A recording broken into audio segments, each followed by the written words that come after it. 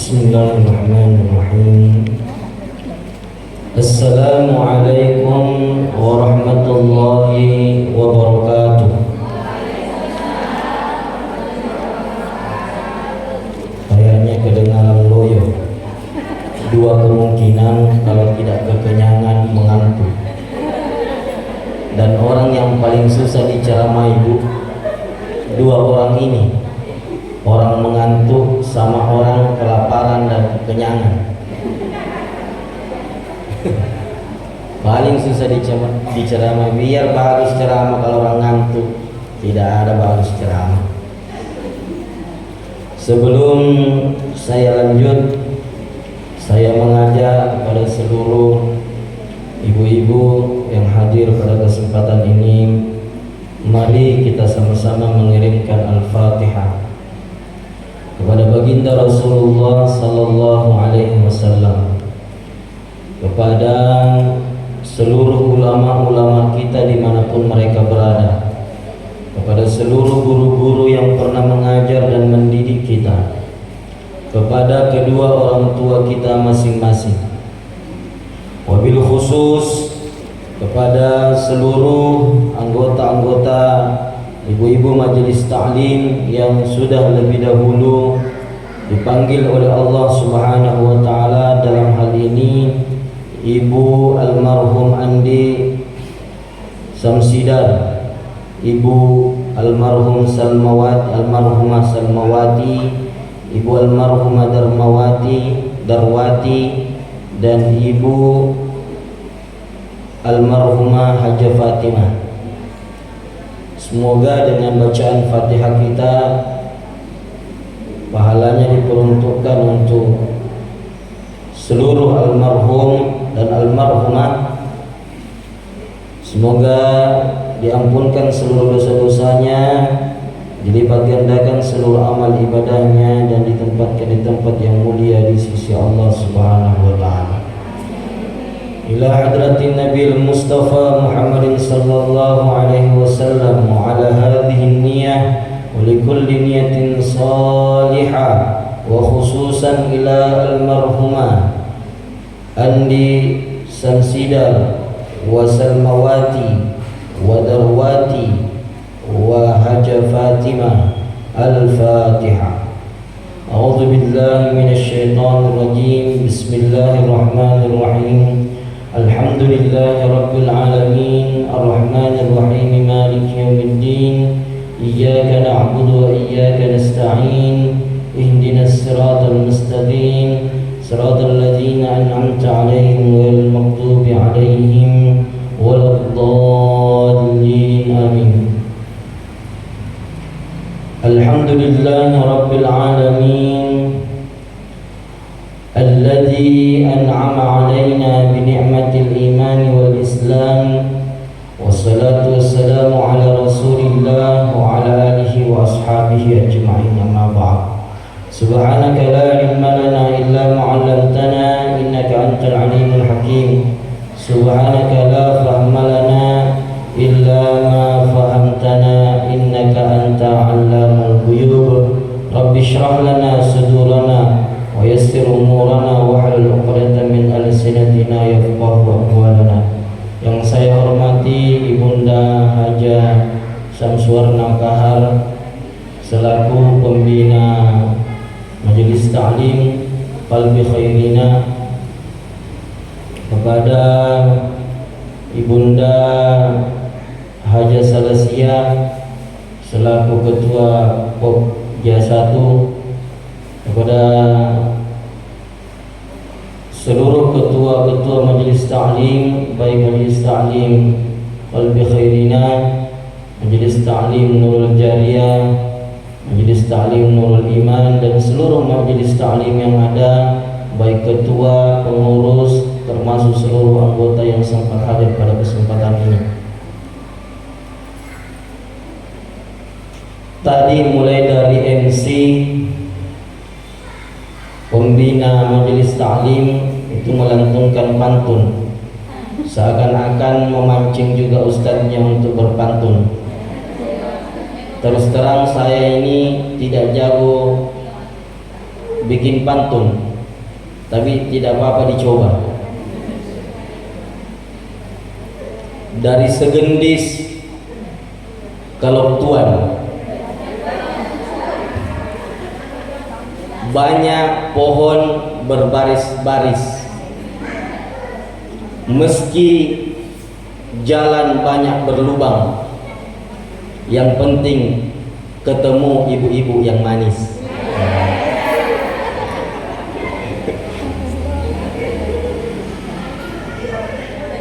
Alhamdulillah, enggak usah, itu aja tadi saya tahu.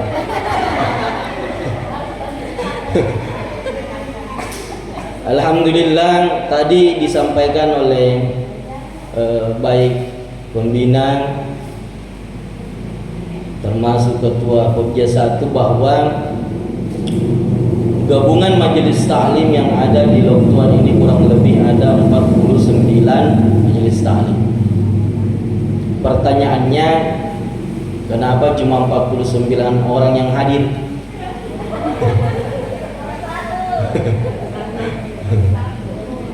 Ya betul tadi, sekiranya ada 2 perwakilan setiap majelis taklim, maka yakin dan percaya Masjid Nurul Jariah ini tidak cukup. Artinya banyak anggota yang tidak hadir, betul Ibu? Pertanyaannya, kenapa tidak hadir?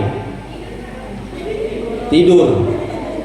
Ada yang tidur, ada yang lagi nonton sinetron, ya. Pertanyaannya, kenapa tidur? Pertanyaannya, kenapa ibu-ibu datang ke sini? Ibu kan juga ngantuk, saya juga ngantuk. Pertanyaannya, kenapa mereka tidur di rumah sedangkan ibu ngantuk tapi memaksakan diri untuk datang di sini? Kira-kira kenapa? Setidaknya jawabannya karena mereka kurang atau tidak melihat nilai dan keutamaan yang kita dapatkan dalam majelis salawat ini.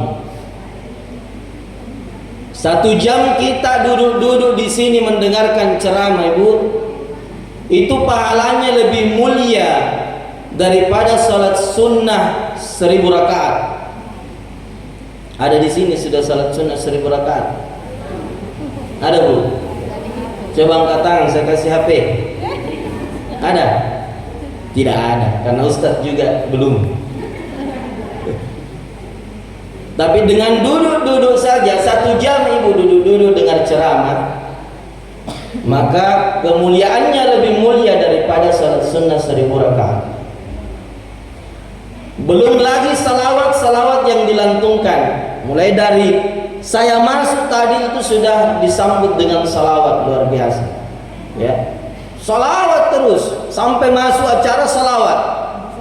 Ada istighfar, ada pembacaan Asmaul Husna. Betapa banyak pahala yang kita dapat, ya. Dalam salah satu riwayat disebutkan, Bu, bahwa ketika sebuah majlis melakukan perkumpulan pengajian yang melantungkan salawat kepada Rasulullah SAW, maka seluruh yang hadir itu mencium harum-haruman, wangi-wangian.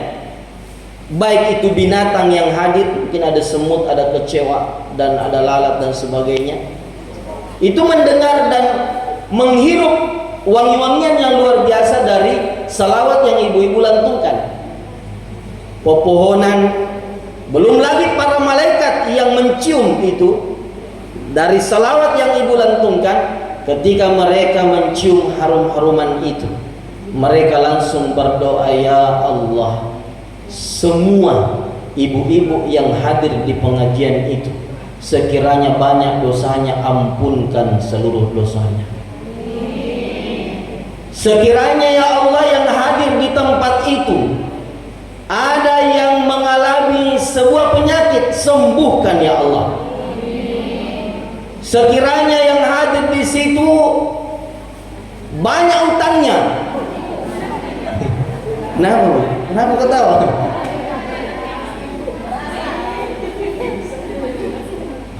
Maka Tidak ada yang aminkan? Nah, berarti banyak cicilannya di sini. Begitu malaikat, Bu. Jadi apapun hajat kita ketika hadir di sebuah majelis seperti ini, itu malaikat mendoakan kita. Maka bersyukurlah ibu-ibu yang hadir di tempat ini. Tapi kenapa di antara teman-teman kita, ibu-ibu yang lain masih malas datang ke sini? Karena itu tadi, mereka tidak mampu melihat kemuliaan itu tadi. Saya kasih contoh, Bu. Misalkan di tangan kanan saya ada uang 10 juta. Berapa, Bu? 10 juta. Contoh, Bu. Yang biasanya kalau ibu, kalau uang melotot, mana uang? Contoh, di tangan kanan saya uang 10 juta. Tangan kiri ada 1 buah pisang. Tiba-tiba lewat monyet. Pertanyaannya, mana yang dipilih monyet, Bu? Pisang. Pertanyaannya lagi, kenapa pilih pisang? Kenapa bukan uang 10 juta? Hah? Jawabannya karena monyet tidak tahu nilainya uang 10 juta.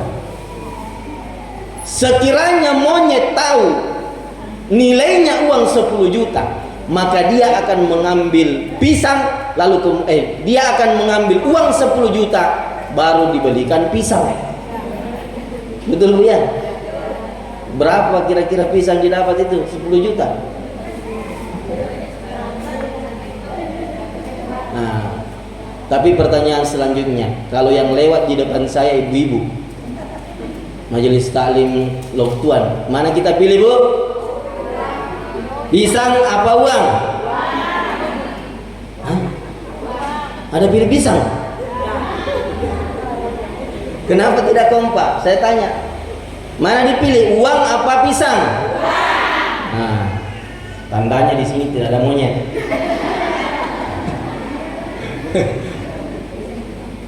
Jadi, sekiranya ada ibu-ibu majelis taklim di Loktuan yang sudah tahu tentang kemuliaan ini, menghadiri majelis taklim luar biasa kemuliaannya, lalu kemudian dia masih bermalas-malasan, lebih memilih tidur di rumah, lebih memilih menonton sinetron, maka sebenarnya nilainya dia tidak jauh dibandingkan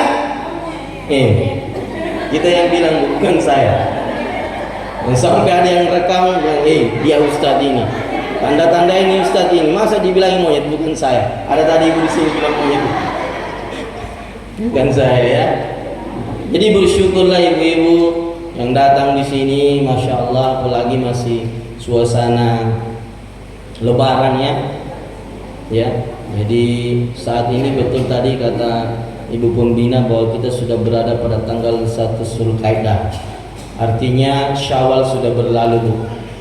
Saya mau tanya, Bu, selesai puasa Syawal tak? Selesai?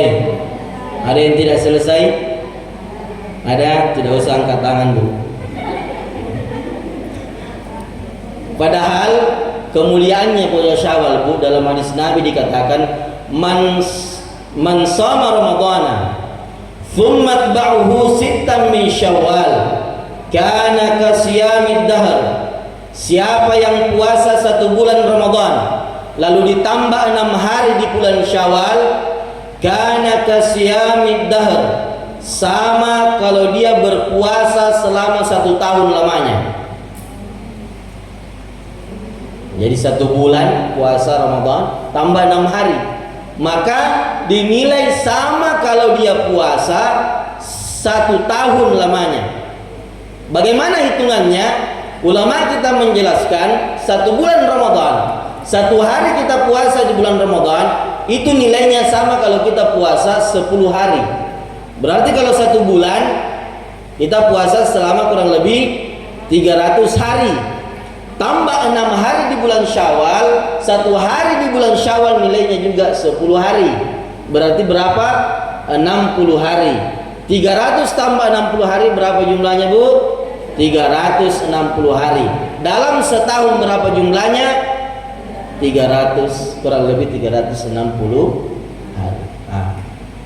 Jadi itulah tadi, siapa yang melaksanakan puasa Ramadan kemudian melanjutkan ya 6 hari di bulan Syawal, kana kasiyamid dahar, sama kalau dia puasa selama 1 tahun lamanya. Jadi ibu puasa Ramadan kemudian tambah Syawal tahun ini, sama kalau di tahun 1443 Hijriah ini ibu puasa terus selama 1 tahun. Tahun depan datang Ramadan, ibu puasa lagi, tambah 6 hari lagi di bulan Syawal, maka sama lagi kalau ibu puasa selama 1 tahun. Tahun depannya lagi seperti itu. Luar biasanya pahalanya, Bu. Jadi ibu sama kalau ibu berpuasa seumur hidup. Nah, orang berpuasa, Bu, pahalanya kata Allah dalam hadis qudsi, as-sawmu li wa ana ajzibi, puasa itu untukku dan sayalah yang langsung membalasnya. Kenapa puasa itu langsung dibalas oleh Allah? Kenapa Allah tidak bilang orang yang mempuasa begini dapat pahala seperti ini jumlahnya? Tidak disebutkan jumlahnya berapa, karena begitu banyaknya pahala yang didapatkan oleh orang yang berpuasa. Bagaimana kalau kita puasa tiap hari? Betapa banyak kemuliaan yang kita dapatkan. Belum lagi, Bu, di bulan Syawal ada salah satu sholat sunnah yang mungkin jarang ibu dengar. Ada yang tahu sholat sunnah apa, Bu? Ada yang tahu? Sholat sunnah khusus di bulan Syawal, tidak dikerjakan di luar bulan Syawal, dan keutamaannya luar biasa. Mungkin yang ibu-ibu tahu hanya puasa Syawal, padahal ada sholat sunnah khusus bulan Syawal. Sholat sunnah apa namanya, Bu? Sholat sunnah utaqah. Ada yang bilang sholat sunnah atqah, ada juga yang bilang sholat sunnah utqah. Sholat sunnah pembebasan. Bagaimana cara mengerjakannya? Itu 8 rakaat 2 kali salam, Bu. Jadi dilaksanakan 8 rakaat 2 kali salam, jadi 4 rakaat kita lakukan kemudian salam. Setiap rakaatnya yang kita baca adalah surah Al-Ikhlas sebanyak 15 kali setiap rakaat. Nah, itu yang kita. Apa kemuliaannya? Kemuliaannya luar biasa banyak, Bu. Ya. Orang yang melakukan itu, kalau banyak utangnya, dia baca itu, insya Allah cepat lunas. Yang penting dia bayar.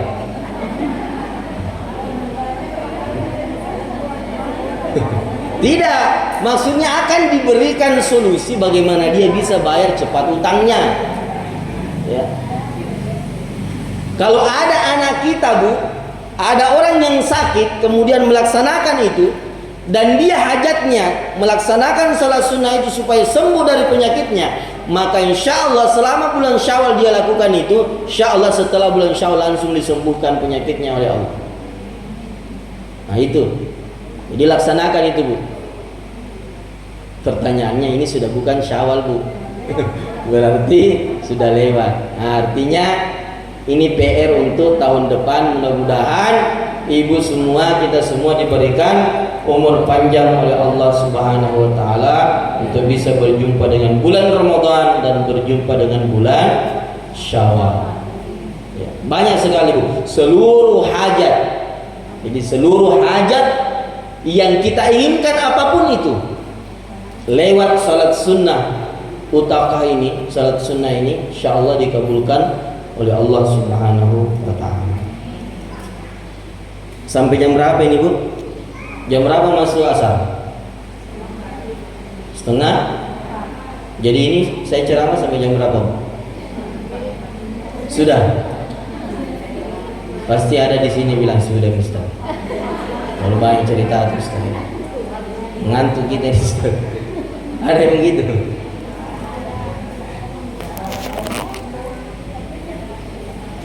Jadi pengajian kali ini ya adalah pengajian yang kita rangkaikan dengan halal bihalal. Apa itu halal bihalal, Bu? Halal bihalal kira-kira dilaksanakan oleh Nabi? Kira-kira di Arab Saudi orang halal lebih halal? Nah, jadi kalau kita cari di tradisi-tradisi orang Arab, Bu, termasuk dalam bahasa Arab, kita tidak akan menemukan kata halal bihalal. Jadi itu kata halal bihalal itu hanya dibuat oleh orang Indonesia. Bahasa Indonesia, bahasa Arab yang diindonesiakan. Halal bihalal. Pertanyaannya, berarti tidak boleh Ustaz? Berarti bid'ah Ustaz? Tidak. Bagus kita laksanakan. Ya. Jadi tidak apa-apa itu, Bu. Budaya berdampingan dengan agama. Selama budaya tidak merusak agama.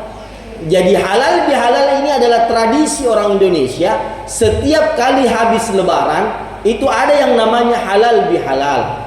Tapi pertanyaannya, apakah halal bihalal itu tidak boleh? Justru sangat dianjurkan. Kenapa? Karena isinya halal bihalal itu adalah saling menghalalkan antara satu dengan yang lain. Apakah itu melanggar agama? Tidak. Justru sangat dianjurkan oleh agama kita. Yang dilarang itu melaksanakan budaya, Bu. Kalau budaya merusak agama. Mana contoh budaya yang merusak agama? Contoh. Di sini banyak orang Bugis ya? Banyak. Di Bugis itu, Bu, kalau ada orang meninggal, di kampung saya biasanya, enggak tahu kalau ibu-ibu di sini, itu biasanya langsung bilang, cemeto malasai. Betul? Ada biasa begitu? Dia to malasai. Artinya mandi orang sakit. Ada biasa yang lakukan begitu? Kalau saya, menurut saya, Bu, budaya ini melanggar agama.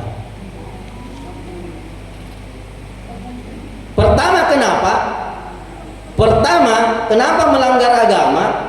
Karena ketika sudah dimandi, maka hukumnya itu sudah menjadi jenazah.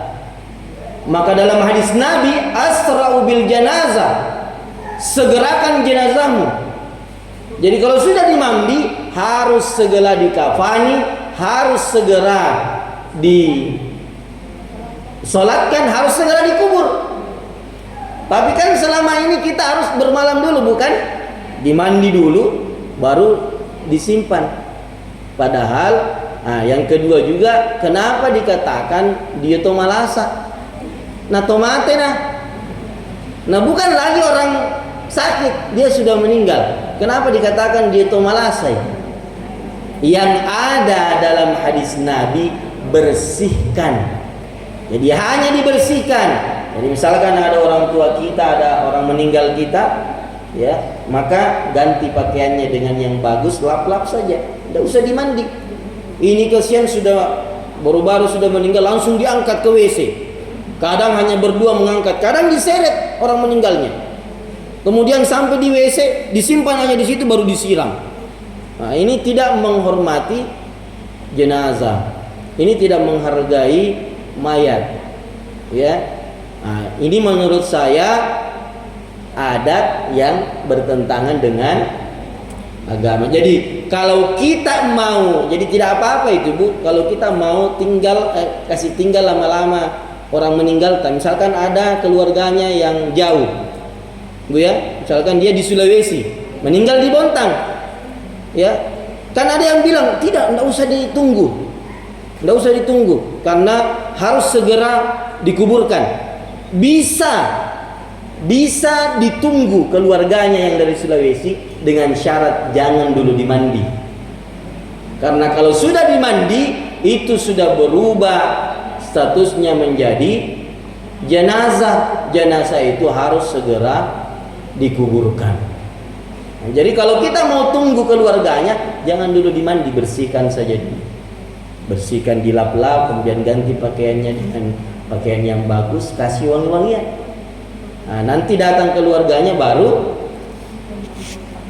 dimandi. Nah, seperti itu.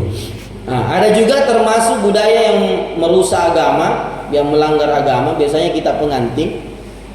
Ada biasanya itu kalau orang sudah akad nikah, kalau di Bugis, tidak tahu kalau di Jawa, ya, biasanya ada pengumuman begini, acara selanjutnya Mapasi Karawang. Betul Bu ya? Nah, biasa ada budaya di sini yang melanggar agama. Indo boting, dibawalah sang laki-laki, suaminya masuk ke dalam kamar. Untuk apa? Untuk jemput istrinya, untuk Pasi Karawang. Tapi diajar juga ini sang perempuan di dalam kamar oleh Indo botingnya. Dia bilang begini, nanti kalau datang suamimu, ya, dangi tetong tetok kumagati napa muleja popana. Ada begitu Bu, ya, ada yang bilang kakinya, ada juga yang bilang popana. Ini budaya melanggar agama. Kenapa? Baru sudah dikasih menikah, sudah durhaka sama suaminya. Nah leja popan. Bagaimana kalau salah enja Ibu? Tenia popan na leja. Tengah na popangnya na leja dega. La gaira wala minat, la haula wala quwwata illa billah. Lenya patimbai. Jadi yang begini-begini Bu tidak usah dilaksanakan ya. Tidak usah, karena kenapa? Budaya yang merusak agama. Jadi halal bihalal bisa dilakukan. Kenapa? Karena halal bihalal adalah budaya, tapi tidak sama sekali merusak agama, justru sejalan dengan agama. Karena Ramadan yang kita lalui Bu selama 1 bulan lamanya itu menghapuskan seluruh dosa-dosa hubungannya kepada Allah Subhanahu wa ta'ala. Tapi ada dosa yang belum diampunkan lewat puasa Ramadan, lewat ibadah Ramadan. Apa itu? Dosa yang berhubungan dengan sesama manusia. Lalu dengan apa itu kita hapuskan dosa sesama manusia? Dengan halal bihalal, dengan saling silaturahim antara satu dengan yang lainnya. Bisa jadi dalam kita bermasyarakat, termasuk dalam bermajelis ta'lim, ada hal-hal, ucapan, tindakan, perbuatan yang mungkin tidak sepaham, mungkin kadang kita berdebat, ya, mungkin kadang kita bertengkar. Maka lewat halal bihalal, saling menghalalkan antara satu dengan yang lain, insya Allah Allah menghapuskan dosa-dosa yang hubungannya kepada sesama manusia. Jadi Bu, Ramadan hanya menghapuskan dosa yang berhubungan dengan Allah, tapi sedikit pun Ramadan tidak menghapuskan dosa kepada sesama manusia, kecuali langsung berhubungan meminta maaf kepada orang yang bersangkutan. Itulah sebabnya Bu, suatu ketika Rasulullah Sallallahu Alaihi Wasallam, jadi suatu ketika Rasulullah ketika selesai berkhutbah, ya, turun dari mimbar, Rasulullah menyebutkan kata amin, amin, amin. Dia sebut amin 3 kali. Ketika duduk bersama dengan sahabatnya, sahabat bertanya, ya Rasulullah, apa gerangan Rasulullah menyebutkan kata amin 3 kali? Amin, amin, amin. Kata Rasulullah, wahai sahabatku, tadi ketika aku habis berkhutbah, malaikat datang kepadaku. Lalu kemudian malaikat Jibril berdoa kepada Allah Subhanahu wa ta'ala dengan 3 doa. Apa doanya malaikat Jibril? Ini Bu, malaikat Jibril berdoa, Rasulullah mengaminkan. Pimpinannya malaikat berdoa, pimpinannya Nabi mengaminkan. Berarti mustahil ditolak doa ini, pasti diterima doanya. Kenapa? Karena malaikat yang berdoa, Rasulullah yang mengaminkan. Apa doanya malaikat sampai Rasulullah mengaminkan? Kata malaikat, ya Allah, jangan engkau terima ibadah puasanya manusia yang tidak mau saling memaafkan antara satu dengan yang lainnya. Jadi rugi kita Bu, puasa Ramadan tapi masih si bombe-bombe. Ada di sini Bu yang masih si bombe-bombe? Tidak ada, insya Allah. Kalau saya lihat ibu-ibu ini cantiknya pakaiannya semua. Betul Bu ya? Cantik. meskipun berbeda-beda pakaiannya, tapi tetap satu, duduk bersama, duduk berdampingan di Masjid Nurul Jalih indah. Contohlah ibu-ibu lok tuan ini. Coba lihat pelangi, Bu. Pelangi itu indah bukan karena satu warnanya. Betul? Satu kah warnanya pelangi? Banyak. Ada merah, kuning, hijau di langit yang biru, kan? Indah. Kenapa? Banyak warnanya. Tapi letak keindahan pelangi karena pelangi banyak warnanya, tapi antara satu warna dengan warna yang lain tidak saling mengejek. Antara satu warna dengan warna yang lain saling menghormati antara satu dengan yang lain. Warna merah tidak pernah mengatakan, saya warna yang paling cantik. Hijau, biru, putih tidak cantik. Tidak begitu. Tapi mereka saling menghargai satu sama lain, makanya pelangi itu indah. Makanya di sini ibu-ibu karena lain warnanya tidak usah saling iri.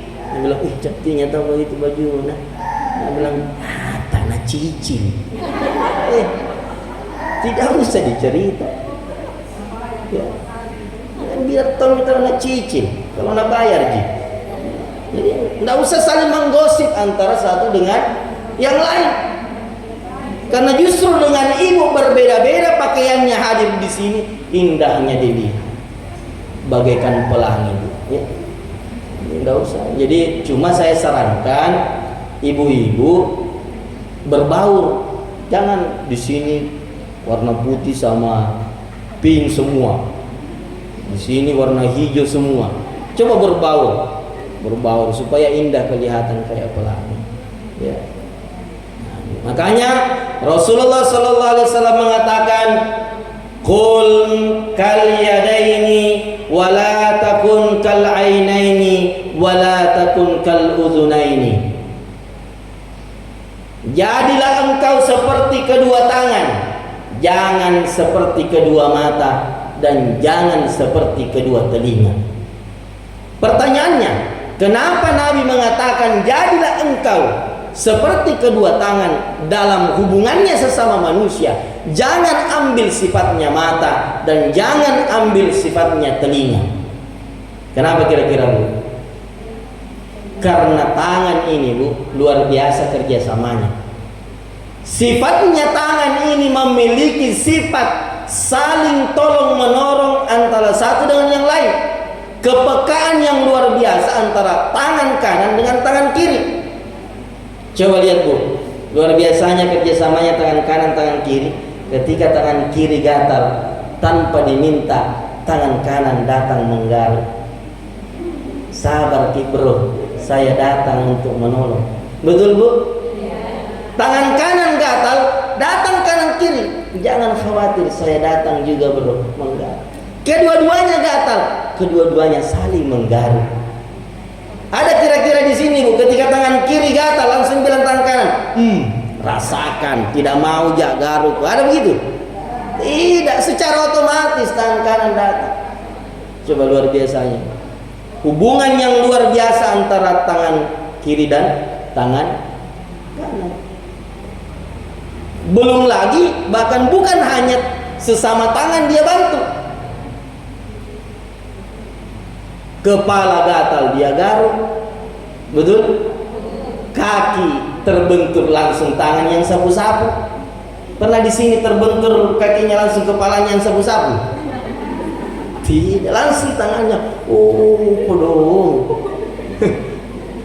Betul, Bu? Betul. Dan mereka saling menghargai, tahu tugas masing-masing, Bu. Antara tangan kanan tangan kiri tahu tugas masing-masing dan saling menghargai, tidak saling menghina. Coba, tangan kanan apa tugasnya, Bu? Tangan kanan. Tangan kanan tugasnya seluruh yang baik-baik. Mau makan tangan kanan, mau terima uang tangan kanan. Pokoknya tangan kanan semua yang baik-baik. Sekalinya kasih yang tugas di belakang, siapa yang turun tangan? Tangan kiri. Ibu mau cebok tangan kiri. Tapi tangan kanan tidak pernah mengatakan, apa itu kau kerjamu itu? Di belakang saja kerjamu, cebol saja kerjamu. Coba lihat kita saya terima uang terus, uang baru terus dari suami ya. Saya dipakai makan. Nah, coba. Nggak pernah begitu tangan kanan, Bu. Justru tangan kanan bilang, tangan kiri, sabar kok tangan kiri. Memang tangan kanan yang pergi terima uang, tapi kalau saya ke mall beli jam tangan, yang pakai tangan kiri. Betul? Bukan tangan kanan yang pakai. Coba luar biasanya tangan kanan, Bu. Itulah kerjasama yang luar biasa antara hubungan tangan kanan dan kiri, saling menghargai antara satu dengan yang lain. Bahkan bukan cuma kanan kiri yang kerjasama, jari-jarinya juga saling kerjasama, Bu. Ibu jari, telunjuk, jari tengah, jari manis, jari kelingking, kira-kira sama panjangnya, Bu? Beda. Tapi mereka saling menghargai satu sama lain. Mereka saling bekerja sama untuk satu tujuan. Di sini ada yang makan pakai satu jari. Saya akan makan nasi pakai telunjuk saja. Ada, Bu. Bagaimana supaya enak? Harus kerja sama kelima-limanya. Tidak ada makan pakai jempol begini. Ada jempol begini. Tidak ada. Harus kerja sama lima-limanya. Dan ini ada semua maknanya, Bu. Ibu jari itu simbol pejabat. RT, RW, lurah, camat, wali kota, gubernur, presiden, ini ibu jari. Makanya kalau wali kota sudah begini aman. Ya. Kemudian yang telunjuk ini, simbol apa ini yang telunjuk ini? Simbol orang kaya. Kalau orang kaya sudah menunjuk bilang, ini pondok pesantren yang mau dibantu ini, aman, beres barang-barang. Ya. Yang tengah ini yang netral. Yang mana yang netral? Guru, ustadz, polisi, ya, tentara, ini yang netral ini. Harus sering mendamaikan antara satu dengan yang lain. Kalau terjadi cekcok antara masyarakat dengan pejabat, ini tentara polisi yang harus mendamaikan. Ada kriminal, ada kerusuhan, ini yang harus mendamaikan. Ada kerusakan moral, ustadz harus hadir di situ. Nah, itu harus ada. Nah, kemudian jari manis ini simbol anak muda, generasi muda kita, Bu. Generasi muda kita harus senantiasa dijaga. Dia harus senantiasa menjadi generasi-generasi yang manis. Bagaimana supaya dia menjadi generasi-generasi manis? Harus tercipta dari orang tua yang luar biasa. Makanya, Bu, disinilah pentingnya ibu-ibu harus ikut dan rajin ikut majelis taklim. Kenapa? Karena ibu-ibu yang hadir di sini adalah guru bagi anak-anaknya. Betul, Bu? Apalagi sekarang, Bu, luar biasa ini. Sekarang ini anak-anak kita ini bukan diserang lewat senjata. Tapi anak-anak kita sekarang, Bu, generasi muda kita sekarang ini diserang oleh budaya barat, Bu. Ya, apalagi yang namanya HP, Bu. HP, Bu. Luar biasa itu HP, Bu. Ya. Tantangan anak muda kita sekarang, anak-anak kita, bahkan bukan cuma anak-anak kita, Bu. Neneknya anak-anak, tantangannya HP. Betul, Bu? Dulu anak-anak kita, Bu, dilarang pakai HP belajar, dilarang bawa HP pergi ke sekolah. Sekarang bagaimana? Harus, karena ada nih namanya pelajaran daring. Betul, Bu, ya? Nah, lewat HP sekarang anak-anak kita luar biasa. Luar biasa pengaruhnya. Anak-anak kita sudah bisa pacaran lewat HP. Ibu tidak tahu. Bilang mau belajar daring, ternyata belajar miring lewat HP. Siapa yang ngajar seperti itu, Bu? Siapa yang ngajar anak-anak kita lebih cinta HP-nya? Dipanggil sama orang tuanya malas, lebih memilih main game daripada panggilan orang tuanya. Siapa yang ngajar? Biasanya orang tuanya. Saya mau tanya ke ibu, ibu, sayang anak tak bu? Sayang anak tak bu? Mana lebih kita sayang, anak atau HP tak? Anak. Kalau bunyi HP tak bu, menangis anak tak, mana yang duluan diangkat? Hah? Anaknya. Balik-balik kalau anaknya duluan diangkat. HP-nya bunyi, menangis anaknya, bunyi HP, mana duluan diangkat? HP diangkat, baru dikasih begini anaknya, jangkau dulu ribu, menangis ada orang menelpon. Betul bu? Betul. Jadi jangan salahkan anak-anak. Ketika anak-anak dewasa bu, mulai remaja, dipanggil orang tuanya, nak pergi sholat, nak bantu dulu ibu, nak cuci piring, nak ambil pakaian. Anaknya tidak jalan-jalan bu, anaknya lebih memilih HP-nya, memilih main game, memilih main Facebook. Kenapa? Siapa yang ngajar? Orang tuanya dulu. Nah bilang, saya dulu waktu masih kecil, menangis kak bunyi HP-nya ibu. Ibu lebih memilih mengangkat HP dibandingkan mengangkat saya. Maka sekarang saya juga seperti itu, lebih cinta HP ku dibanding orang tua. Nauzubillah, summa nauzubillah. Maka tidak ada jalan lain kecuali anak-anak kita diajarkan tentang agama, tentang pendidikan agama. Hanya dengan agamalah anak-anak kita bisa selamat dari yang namanya pergaulan, tantangan luar biasa yang saat ini ya menjadi tantangan buat anak-anak kita. Ya. Kalau tidak bisa bawa ke pesantren, bawa ke pesantren.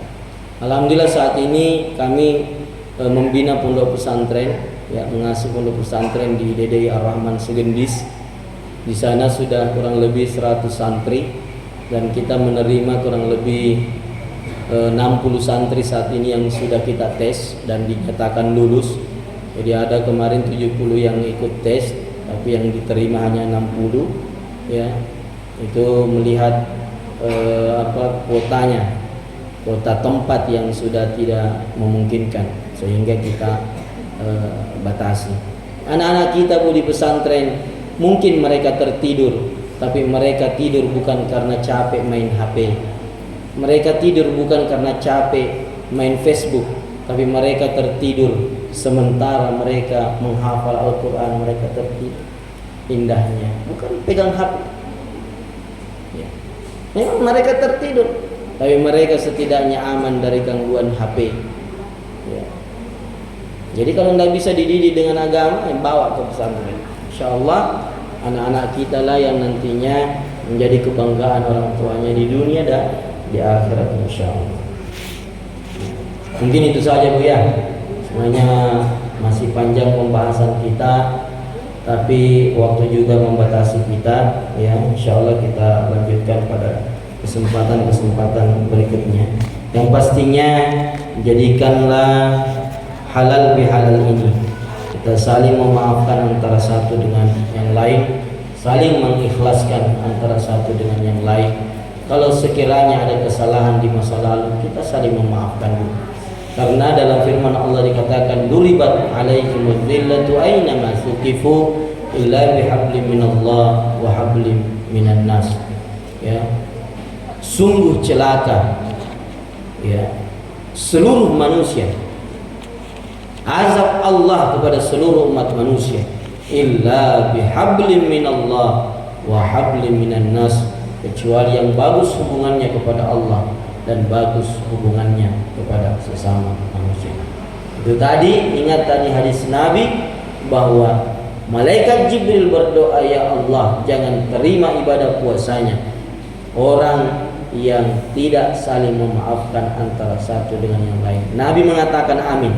Kemudian yang kedua, ya Allah jangan terima ibadah puasanya istri yang durhaka kepada suaminya. Dan yang ketiga, doanya malaikat Jibril, ya Allah jangan engkau terima ibadah puasanya anak yang durhaka kepada kedua orang tuanya. Malaikat Jibril berdoa, Rasulullah mengaminkan. Amin, amin, amin. Semoga kita semua bebas dari yang namanya dosa kepada sesama manusia. Ibu-ibu terbebas dosa terhadap suami, meskipun banyak dosa kita kepada suami. Dari pengajian ini Bu, minta maaf sama suami. Ya, minta keikhlasan suami untuk memaafkan kita. Karena andaikan ada Tuhan bisa disembah kecuali Allah, maka para istri wajib menyembah suaminya. Yang ketiga, semoga kita terhindar dari yang namanya dosa kepada kedua orang tua kita. Kalau orang tua kita sudah meninggal, doakan mereka, itulah bukti bakti kita kepada orang tua kita. Akhirul kalam, Allahul musta'an wa istiqlal. Assalamualaikum warahmatullahi wabarakatuh. Mari kita tutup dengan sama-sama berdoa. A'udzu billahi minasyaitonir rajim. Bismillahirrahmanirrahim. Alhamdulillahi rabbil alamin, wassalatu wassalamu ala Rasulillah wa ala alihi wa sahbihi ajma'in. Allahumma salli wa sallim ala sayyidina Muhammadin karimil aba'i wal ummahat. Allahumma salli wa sallim ala sayyidina Muhammadin al-fatih lima ughliq wal khatim lima sabaq nasikil haqqi bil haqq wal hadi ila siratikal mustaqim wa ala alihi haqqa qadrihi wa miqdaril azim. Allahumma rabbana zalamna anfusana wa illam taghfir lana tarhamna lanakunanna minal khasirin. Allahumma arinal haqqa haqqan warzuqna ittiba'ah wa arinal batila batilan warzuqna ijtinabah. Allahumma rabbana ighfir lana wa liwalidina warhamhum kama rabbawna shighara wal jami'il mu'minina wal mu'minat wal muslimina wal muslimat wa tabi' bainana wa bainahum bil khairat la hawla wa la quwwata illa billahil aliyyil azim. Allahumma rabbana taqabbal minna innaka antas samiul alim wa tub alaina innaka antat tawwabur rahim. Rabbana atina fid dunya hasanah wa fil akhirati hasanah wa qina adzabannar. Sallallahu ala Muhammadin walhamdulillahi rabbil alamin bi barakatil Fatihah. Alhamdulillahi rabbil alamin. Iyyaka na'budu wa iyyaka nasta'in. Sallallahu alaihi wa sallam. Akhiru kalam, Allahul musta'an wa istiqlal. Wassalamu alaikum warahmatullahi wabarakatuh.